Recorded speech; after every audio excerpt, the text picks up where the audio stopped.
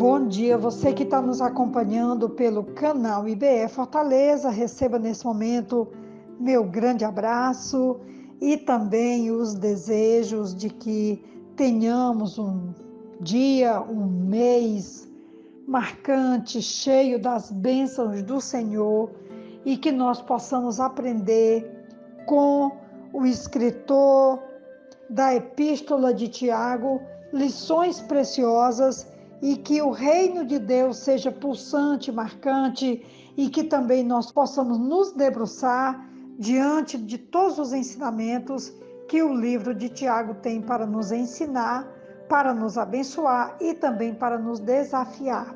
Hoje o texto que nós vamos meditar está em Tiago capítulo 1, versículo 16 a 18, quando ele diz assim: Meus amados irmãos, não se deixem enganar. Toda boa dádiva e todo dom perfeito vem do alto, descendo do Pai das luzes, que não muda como sombras inconstantes. Por sua decisão, ele nos gerou pela palavra da verdade, a fim de sermos como que os primeiros frutos de tudo o que ele criou.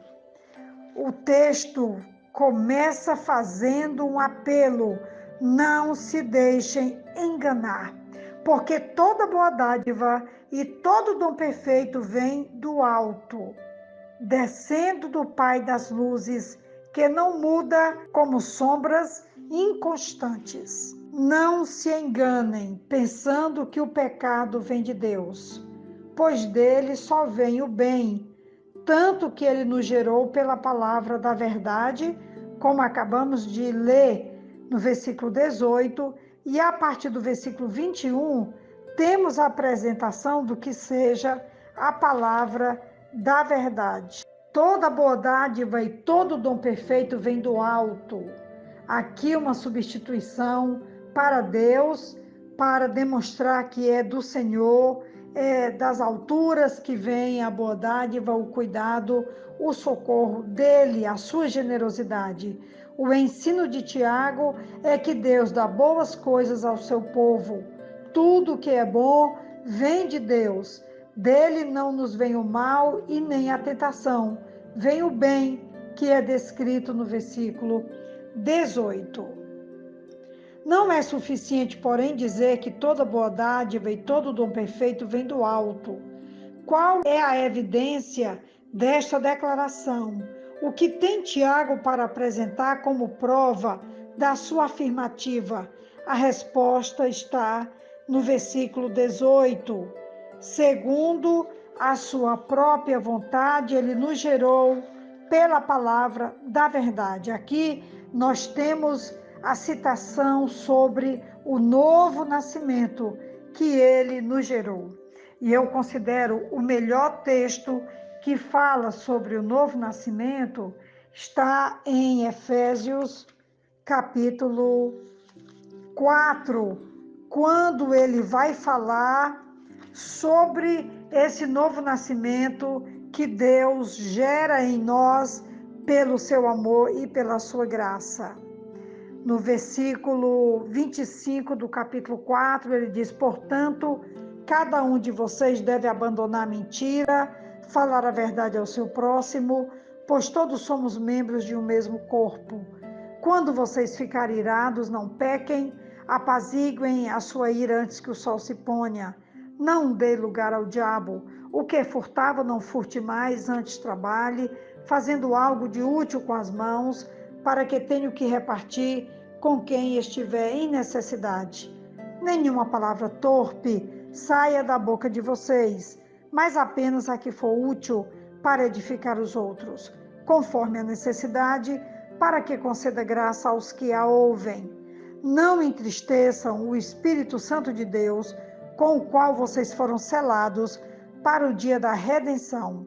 Livrem-se de toda amargura, indignação e ira, gritaria e calúnia, bem como de toda maldade. Sejam bondosos e compassivos uns para com os outros, perdoando-se mutuamente, assim como Deus os perdoou em Cristo.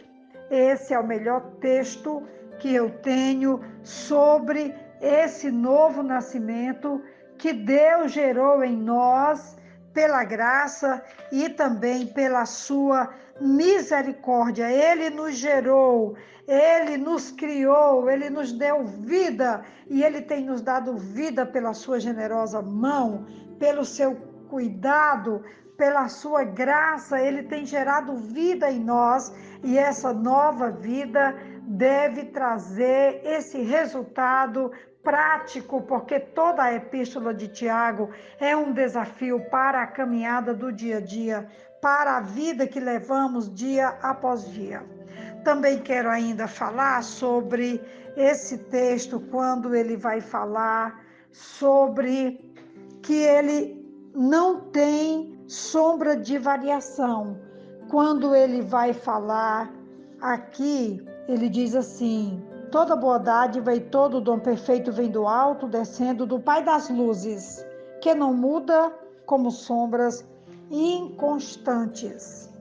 Eu quero falar sobre esse Pai das luzes. Na Bíblia, a palavra Pai significa por vezes Criador ou fonte. Assim, Deus é o Criador ou a fonte das luzes. Mas o que são essas luzes? Sem dúvida, correspondem aos corpos celestes, o Sol, a Lua e as estrelas.